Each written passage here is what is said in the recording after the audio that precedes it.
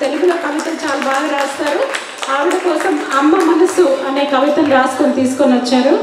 So దయచేసి మీరే ఆవిడకి ఇవ్వాల్సిందిగా కోరుతున్నాను.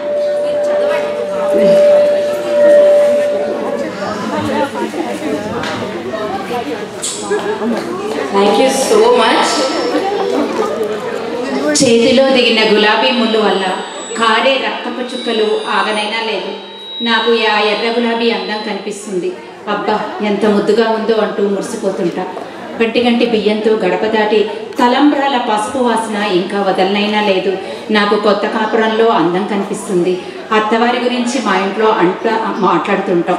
పండక్కి పుట్టింటికి వెళ్ళటానికి వీల్లేదని అత్తగారు శాసించడం ఇంకా పూర్తి కాలేదు. నాకు ఇంటి వాకిట్లో వేసిన ముగ్గులో అందం కనిపిస్తుంది. శ్రీవారికి ఏమి వండి మురిపించాలా అని పండగకు అంటూ ఆలోచిస్తుంటా. దప్పడానికి తాళింపు వేస్తూ అంటించుకున్న వాత ఎరుపైనా తగ్గలేదు. నాకు పులుసు ముక్కల రంగుల్లో అందం కనిపిస్తుంది. ఈరోజు విస్తర్లో ధనస్సు వర్ణాలు అంటూ లొట్టలేస్తూ టైం ఉందా? ఓకే మీరు మాట్లాడండి. ఓకే,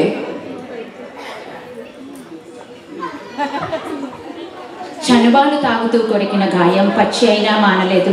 నాకు బిడ్డ కేరింతల్లో అందం కనిపిస్తుంది. కన్నబిడ్డకు కాసిని పాలు తగ్గుతాయేమో అంటూ భయపడుతూ ఉంటా. జ్వరం అని వేసుకున్న మందు పనిచేయటం మొదలుపెట్టనైనా లేదు. నాకు సాయంత్రం పిల్లల అల్లరిలో అందం కనిపిస్తుంది. ముక్కుతూ ములుగుతూ వంట అంటూ ఆరాట పడుతూ ఉంటా.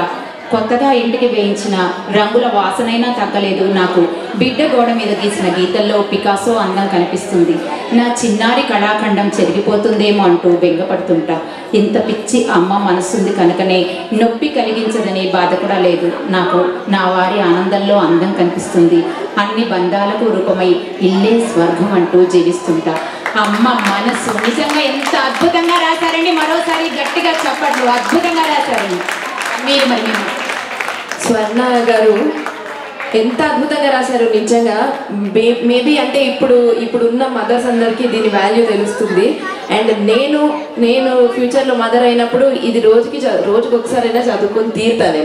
నిజంగా నా ప్రెగ్నెన్సీ టైంలో మొత్తం చదువుకుంటాను డెఫినెట్గా. బికాజ్ లైక్ అంటే ట్రూ మదర్ అంటే మదర్ ఫీల్ ఏంటి అసలు, ప్రతి చిన్న ఇవన్నీ చిన్నవి మనం రెగ్యులర్గా మనం చెప్పుకునేవి కాదు. బట్ ఆ చిన్న వాటిలోనే ఎంత ఆనందం ఉంది, ఎంత అంటే మదర్ ఎంత ఆలోచిస్తుంది అనేదంతా కూడా చాలా బాగా రాశారు. Seriously thank you so much. Thank you so much for the great idea. Thank you so much.